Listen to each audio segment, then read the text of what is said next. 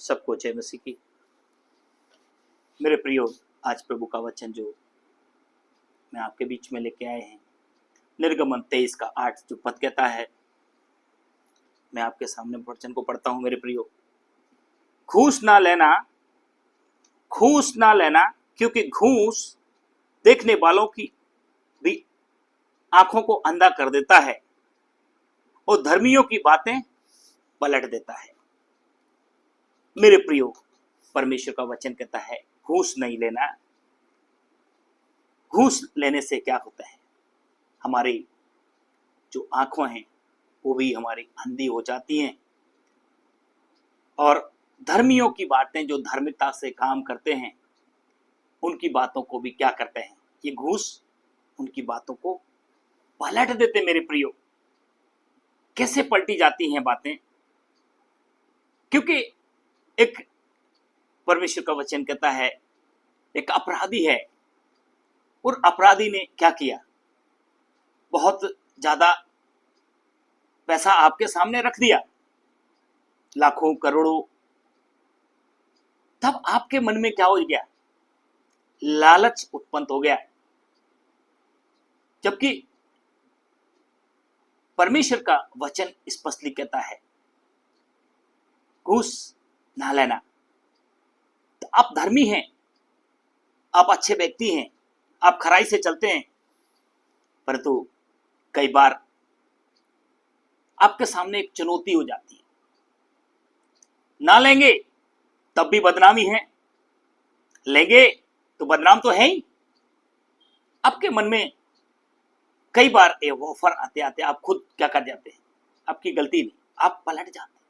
परंतु आप फिर धीरे धीरे उस बात की आपके लिए क्या होती है? आदत पड़ जाती है।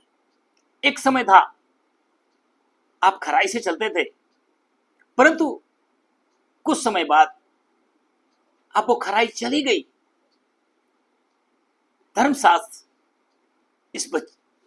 इस बात के लिए स्पष्टली कहते हैं घूस नहीं लेना।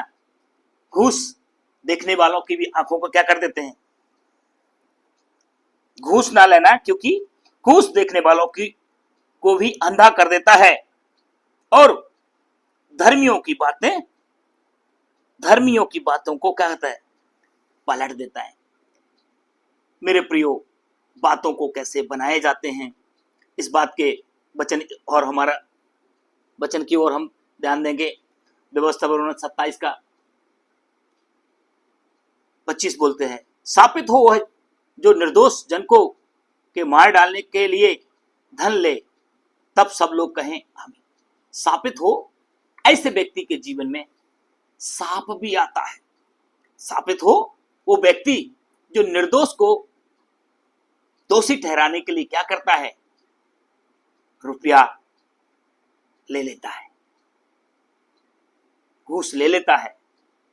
मेरे प्रियो, उसके जीवन में, उसके परिवार में ले तो लेता है, पर याद रहे उसके परिवार में सांप पड़ा है।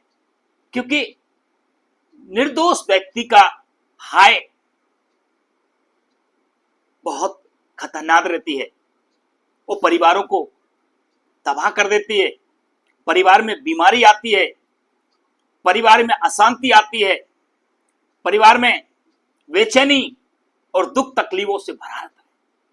बेशक आपने निर्दोष जन को दोषी ठहराने के लिए आपने बहुत सारा धन लेके आपने बड़ा मकान बना लिया, आपने बड़ी प्रॉपर्टी बना ली, आपने बहुत ढेर सारा सोना चांदी इकट्ठा कर लिया।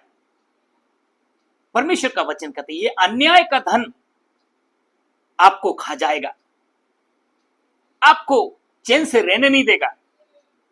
मेरे प्रियो, कई बार हमारे जीवन में अन्याय का धन, परमेश्वर का वचन आज की चुनौती दे रहा है। कई विभाग हैं, कई डिपार्टमेंट हैं, कई ऐसी जगह आप बैठे हैं जिसमें आपको क्या करना है? अन्याय का धन ना लेंगे तो कितना अच्छा है। आप खराई से चलेंगे तो कितना अच्छा है, परंतु खरे लोगों को बहुत कुछ तकलीफों से उठाना पड़ता है। यदि आप परमेश्वर का भय मानेंगे, सच्चाई में चलेंगे, लोग बाग आपको बुरा भला बोलेंगे, मगर याद रहे ये बुरा भला आप खराई से चलेंगे, आपके सामने कोई ऊंची आवाज में बात नहीं करेगा। अगर आप घूस लेंगे, निर्दोष बहुत सारा पैसा तो कमा लेंगे, पर किसी के सामने आपको वो दिलेरी, वो बुलंदी खड़ी होने का वो मौका नहीं होगा। आपके पीठ पीछे लोग कितना बुराई करेंगे। ये देखो, रिश्वतखोर है, इसके माँ बाप ने रिश्वत लेके बहुत कुछ बनाया है। ये परिवार बहुत रिश्वत लेते हैं, घूस लेते हैं। मेरे प्रियो, परमेश्वर का वचन स्पष्ट लिखता है, स्थापित हो जो निर्दोष जन को के मार डालने के लिए धन ले, तब सब लोग कहें आमीन। कितने लोग निर्दोष को मार डालने के लिए अपने धन ले लिया है, उसका श्राप आपके परिवार में गिरेगा। परमेश्वर का जन मूसा बहुत न्याय करते थे, सच्चाई से परमेश्वर का न्याय करते हुए, सुबह से शाम तक न्याय करते हुए उनको वो थक जाते थे। उस समय उनका ससुर ने उनको क्या किया, सलाह दिया, तुम अपने 32 लाख लोगों में से कितने लोगों में जो सच्चे न्यायी हो, जो परमेश्वर का भय मानते हो, उनको तुम चुन के अलग करो, जो निर्दोष हो और लोभी ना हो।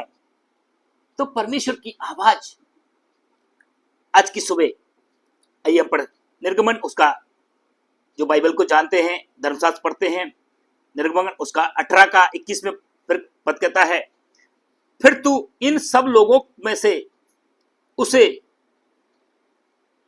ऐसे पुरुषों को छांट ले जो गुणी और परमेश्वर का भय मानने वाले, सच्चे और अन्याय के लाभ से घृणा करने वाले हों, और उनको 1000 और 100 और 50 और 10 उनको ऊपर क्या है, 10 मनुष्यों पर प्रधान नियुक्त कर दे। 1000 पर क्या हुआ, 10 लोगों को प्रधान जो नियुक्त कर दे। क्या लिखा हो, जो अन्याय के लाभ से घृणा करने वाले हों और सच्चे हों और परमेश्वर का भय मानने वाले हों। मेरे प्रियो, मूसा ने ऐसे लोगों को चुन के उनके ऊपर न्याय ठहराया। और इसके बाद आगे पढ़ेंगे, लेवी व्यवस्था उसका 19 का 15 में क्या लिखा है, न्याय में कुटिलता ना करना, और ना तो कंगाल का पक्ष करना, और ना बड़े मनुष्यों का मुंह देखा विचार करना, एक दूसरे का न्याय धर्म से करना। परमेश्वर का वचन कहता, मेरे प्रियो, न्याय में कुटिलता नहीं करना। जो न्याय है भारत देश में, विदेश में, जहां कहीं भी हो, मेरी आवाज जहां तक पहुंचती हो, न्याय में कुटिलता ना करना। एक कंगाल है, उसको भी एक कंगाली का देख के न्याय नहीं करना है। एक बड़ा है, बड़े का को देख के विचार नहीं करना है। परमेश्वर का वचन कहता है धर्म से उसका न्याय किया जाए। परमेश्वर पक्षपात नहीं करता मेरे प्रियो। ये आज्ञा आपके लिए भी है। किसी का मुंह देखे, अगर दोषी है उसको सजा दो, अगर निर्दोष है उसको छोड़ दो। नहीं तो पैसा देख के, बड़े लोगों को देख के आप क्या करेंगे, न्याय करेंगे। मेरे प्रियो, परमेश्वर का वचन कहता है धर्म से न्याय, एक दूसरे का क्या करें, धर्म से न्याय करें।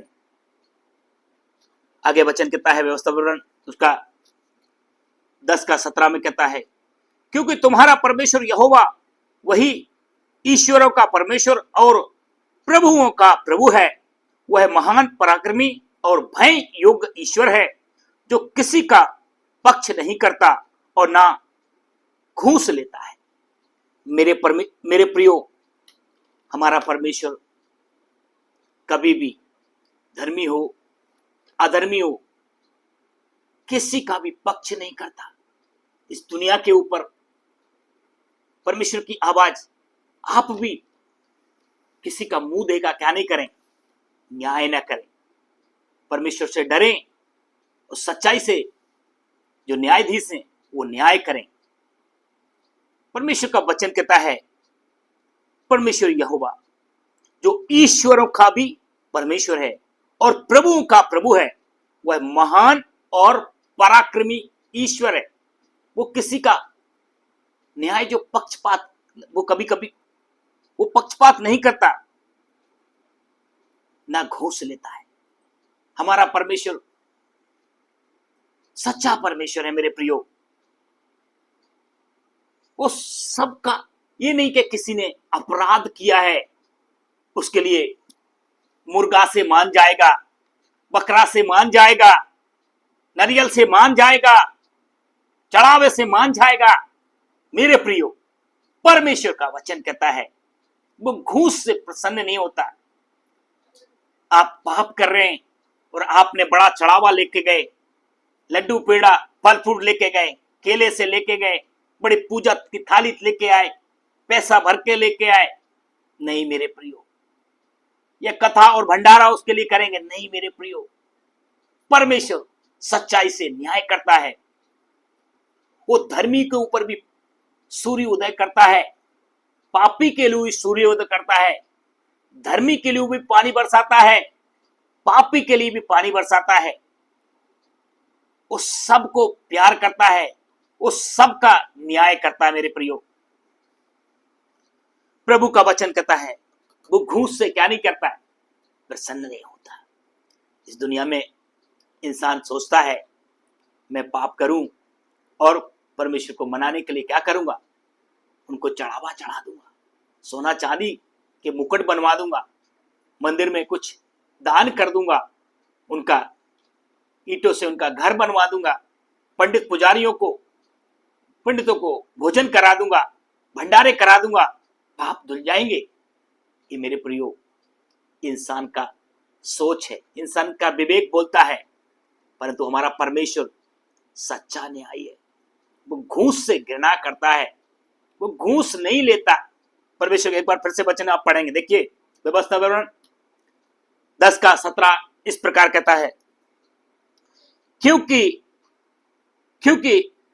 तुम्हारा परमेश्वर यहोवा वही ईश्वरों का परमेश्वर और प्रभुओं का प्रभु है।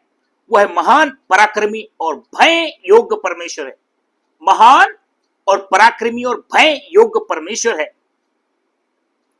हालेलुया। महान भय योग्य परमेश्वर है जो किसी का पक्ष नहीं करता, वो किसी का पक्षपात नहीं करता, ना घूस लेता है। भजन संहिता उसका 26 और 10वें पद में कहता है, वे तो ओछापन से करने वालों से ओछापन करने में लगे रहते हैं और उनका दाहिना हाथ घूस लेने से भरा रहता है।